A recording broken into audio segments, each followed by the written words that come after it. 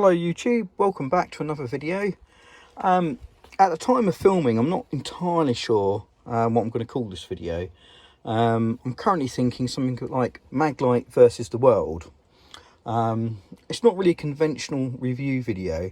It's really just to allow me to talk or ramble about my love of Maglites and torches, really. I might turn it into a series. This might be round one, see where this goes, and we'll see how many views we get on whether we do any more. So what we've got tonight is we've got two Maglites here. So I think probably every household in Britain, and I suspect every household in the United States of America, owns at least one Maglite. Although Sanitary Report in the UK, it's really difficult to buy Maglites these days. Nowhere sells them.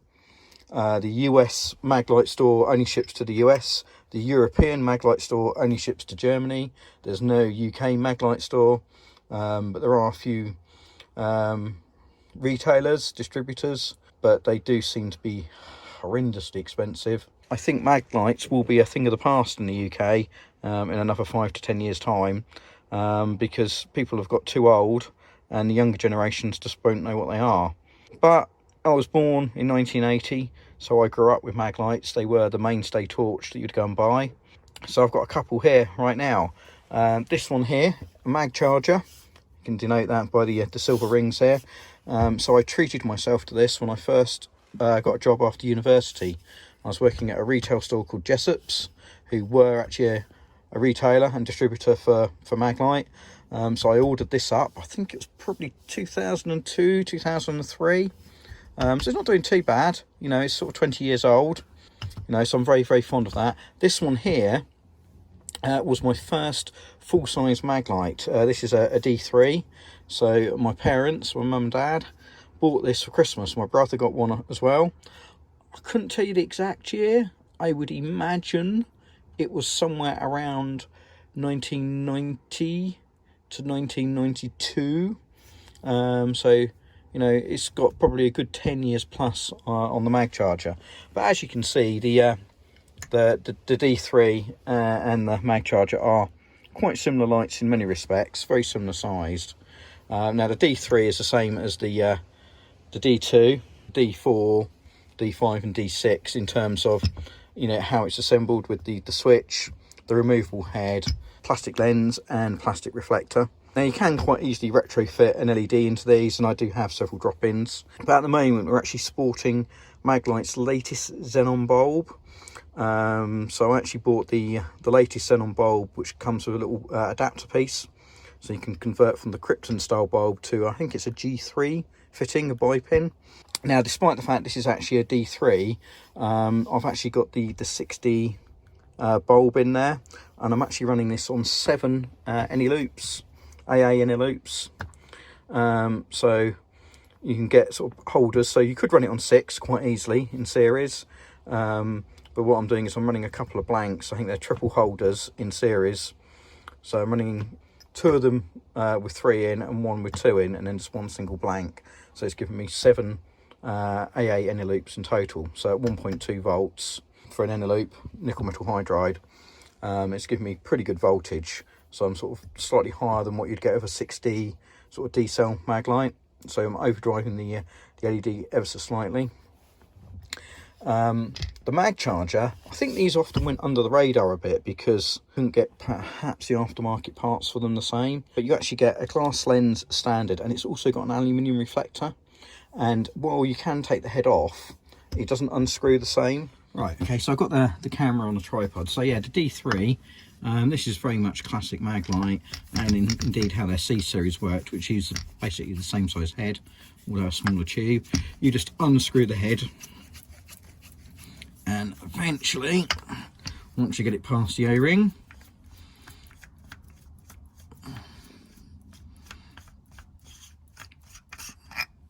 it will come off as a single piece, and you can see we've got the reflector still in there, and you can see the blue plastic in there, and it's cammed so that it will push the LED in and out by means of that little cam there as you rotate the head back and forth, create the focus. And obviously in this mode it's kind of like the, you know, the classic sort of candle mode, a bit like the mini Maglites.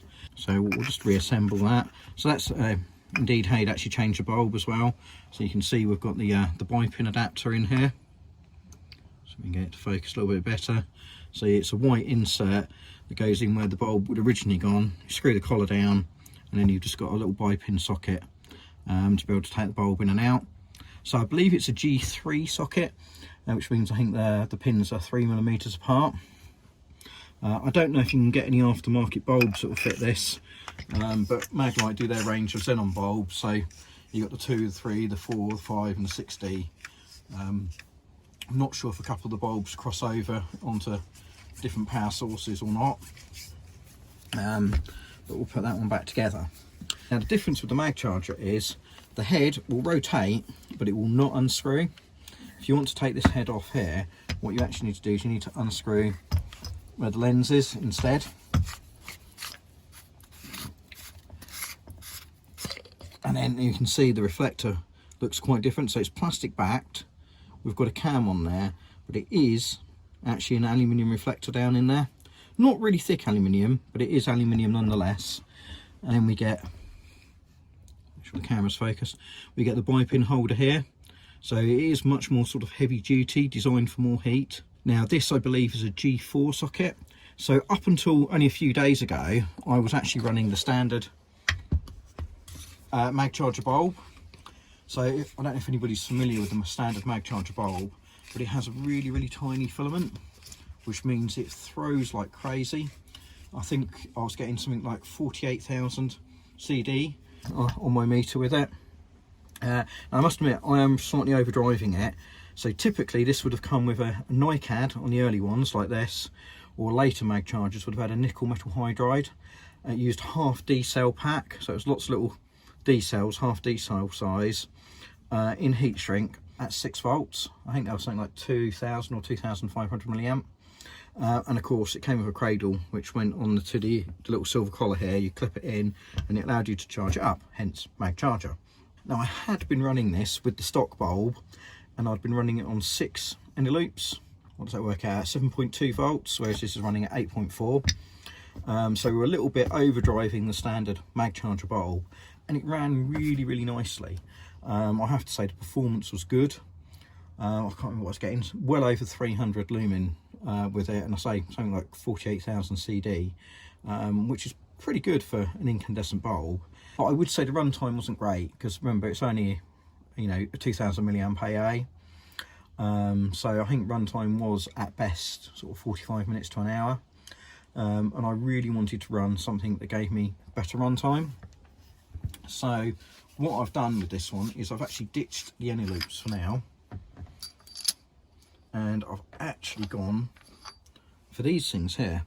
So these are actually a 32-700, so not an 18-650, a 32-700, so 700 mil long, or 7 centimeters, and 32 wide. These are also LiFePO 4, so they've got a nominal voltage of 3.2, and you charge them up to 3.6. So they're not quite like a regular lithium ion, which would be 4.2 and 3.7 volts. So not quite as powerful, but they do fit the tube of the MagLite absolutely perfectly, and they don't rattle. Now, as you might have counted, I've only got 2 in there. So to make this the correct length, really simple mod is we've got 2 batteries plus an extra tail cap spring, and then the original tail cap, and that happens to make, that's all I'm going to roll about, the correct length to go into the tube. So it's a really simple mod, and of course we're at 6500 milliamp with these, so runtime should be really good. Now performance with the standard bulb was still pretty good. I think I was still seeing something like 220-ish lumens out of it, and that's with these batteries not being completely fully charged. For some reason my charger wouldn't charge them above 3.2 volts, even though they should be 3.6 resting. So I need to probably get a new charger. That aside, it was good, and it was probably a real nice sweet spot for the standard bulb. You know, you're going to get good runtime, good longevity, and good performance. But it did feel like a little bit of a step back from running the 6 inner loop. So what I've actually done, just to try it out, is I had a couple of Philips, I think they're 5761 bulbs, or 5716, I'll put it in the description. So they're 6-volt bulbs, and I think they're rated at 20 watts. I had a couple of those lying about that I'd bought previously and been unimpressed with at lower voltage. But I've put that in here, so we're running at sort of about 6.4 static voltage. And on startup I'm seeing just over 400 lumens. Now the beam is a lot bigger, which arguably is more usable than the standard mag charger bulb, but you're not getting as much throw. So it's gone from being in the 40s now down to about 28,000 CD. But what we'll do is we'll fire them up and have a little look, and we'll sort of see how they compare. Obviously torches like this are too big really for everyday carry in 2022. You know, I'm not going to put this in my jeans pocket. I'm not even going to put it in my coat pocket. But they're still quite nice torches to perhaps keep in a vehicle should you need something. You know, if you break down, do you want a bit of light? If you need to change your wheel in the dark, how usable are they? And also if you are going out for a walk, you know, the colour rendition of the incandescent bulb is still superior to pretty much every LED that I've come across. And I've got quite a lot of LED bulbs, ranging from neutral whites to warm whites to niches. I've got Crees, I've got Samsungs, and the Incans really still win when it comes to colour rendition. And I'm not sure if that's ever going to change. Certainly doesn't look like it is at the moment. So we'll fire these up, we'll give them a bit of a comparison. I haven't really got many lights to test it with tonight, but what I thought I'd do is I'll bring out a little P60 light. So this is a Solar Force P1. So actually a little plastic host. I'll link a video to a review of this. I got it quite recently, even though it's sort of new old stock. And in here we've got a Cree XPL warm white. I'll put the full stats up for that. And obviously you can see the size difference is tremendous. This, you know, definitely coat pocket. In fact, I'm actually EDCing this. I've got a clip on here and that'll fit vertically into my jeans pocket very happily. You know, and if we want to go one step further, you know, I've got a much smaller everyday carry light here. This is a Jet Beam RRT01 Raptor. So this is actually running a Nisha 219C. And as you can see, it makes the Solar Force light look big, let alone compared to the Maglites. But the mags still throw pretty well. You know, that big old optic really does play in its favour there if you want a bit of distance. So we'll have a quick look and we'll see how they're doing. Quick comparison. Let me know your thoughts. Do you still love Maglites? Do you still use them? Do you still mod them? If you do, what have you done to them? Let me know. So here we are on a beautiful moonlit night. It's one of those nights where the moon is really quite bright. It's a little bit overcast now, but it's still bright. And basically you could almost walk down the road or drive, even though we're in the middle of the countryside, and still see where you're going. But we're not. We've got some torches with us, some flashlights, so we might as well fire them up and we'll see what we can do with them. So this is the 3D running the 7. Let's just see if I can bump the brightness up on the camera a bit, make it look a bit more fairer. That looks a bit more like to the eye. So you can see we've got a little bit of a donut hole there. That's down to the focus. So if I can adjust it one-handed. No, just bear with me one sec. Over tightened it. So the mags are classically known for having this focus. Now it really is a focus rather than like a flood to throw, like the lead lenses or some aspheric Sumis. But what it doesn't mean that you can do is you can get quite a focused spot, but you can actually broaden it out. Now you do get a bit of a donut hole there, but you can see the real differences. Now we're only lighting up a small area, but it lights it up quite powerfully.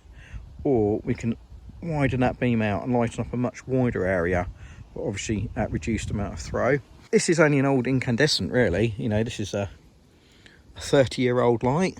But just running it on some modern batteries and sort of overdriving the bulb a little bit, you know, we get quite a useful sort of output. You know, so here's my car, here's my little Suzuki Jimny, and it's like, well, yeah, if you broke down at the side of the road, you know, and you needed some light to change a wheel or do something, you know, something like this old 3D is going to do the job. And you can see we've got a little bit of a donut hole there, but you know, you can kind of forgive that. You can work around it a little bit when you're needing light. If I shine it down the way, it's like, ooh, the camera really doesn't do it perhaps many favours here.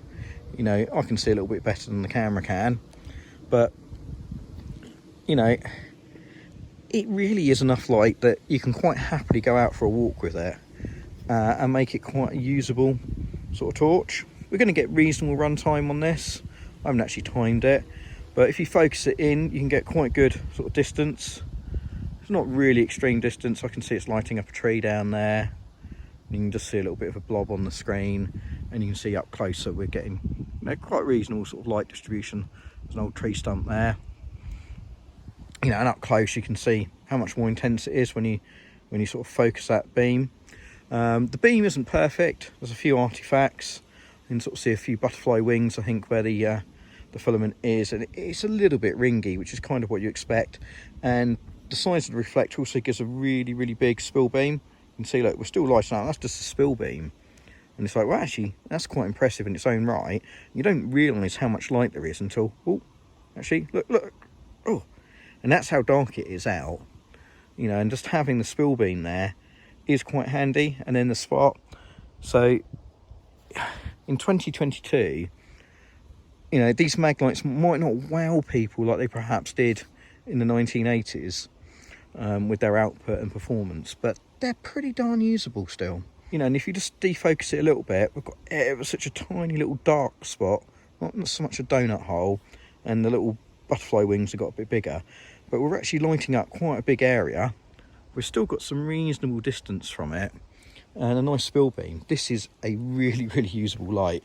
And, you know, if you've got one of these still, yeah, put an LED module in it, or just put some better batteries in it and a different bulb. You know, you can revitalise something very, very well. Right, let's grab the mag charger. So, obviously the mag charger, especially in the UK, was reasonably expensive. I think even in sort of 2003, I probably paid the best part of 100 quid for this. But it always outperformed the other models. So you can see we've got the head slightly defocused there. Again, we've got that donut hole, but we've got much, much brighter spill. You've got to remember, we've got an aftermarket bulb in this one. So just focus that there, and we're getting some quite more intense light.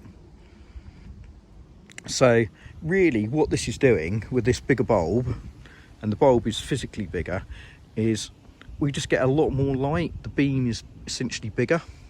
I don't think we really get much more throw from it than the other light, from the D3. So we're lighting up that same bush down there and those same trees. And I say, if we light up the top of that, you can see it lights up easily all of that little, that stump really, really well. And that's with it sort of really focused, and the tree there. But we can just defocus it a little bit and get a much, much bigger beam. Yeah, and again, you know, if you're working on a car or something, you know, this would offer more than adequate light. And again, we've got that really big spill beam. So again, hotspot, spill.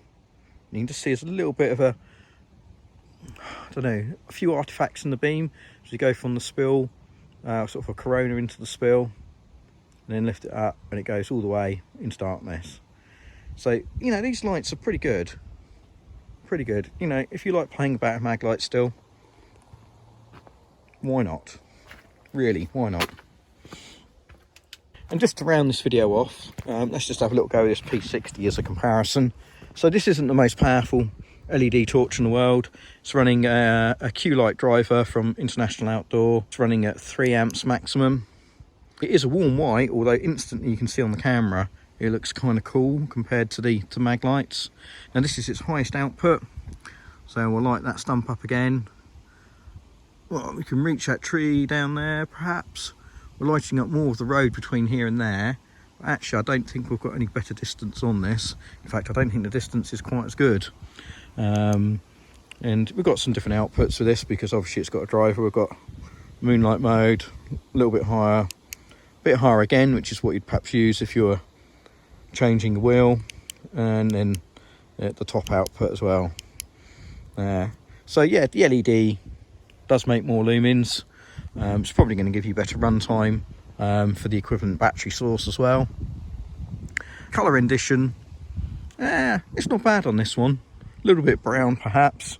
I know if you point at anything white, it gets really brown, whereas the incandescents, you know, they do show up the true colours much better. The white will still be white.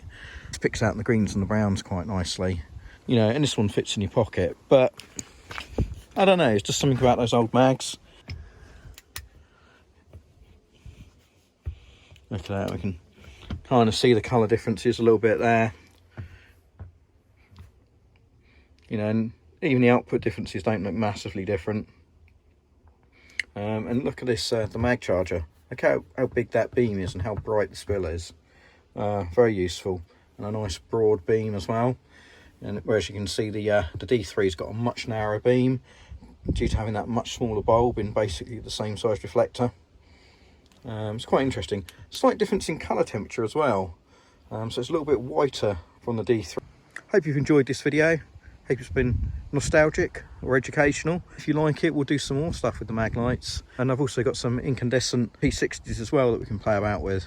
But I've got a whole range of Maglites, including some LED ones and drop-ins, so we can have a real play around with these. Just let me know in the comments. Thanks.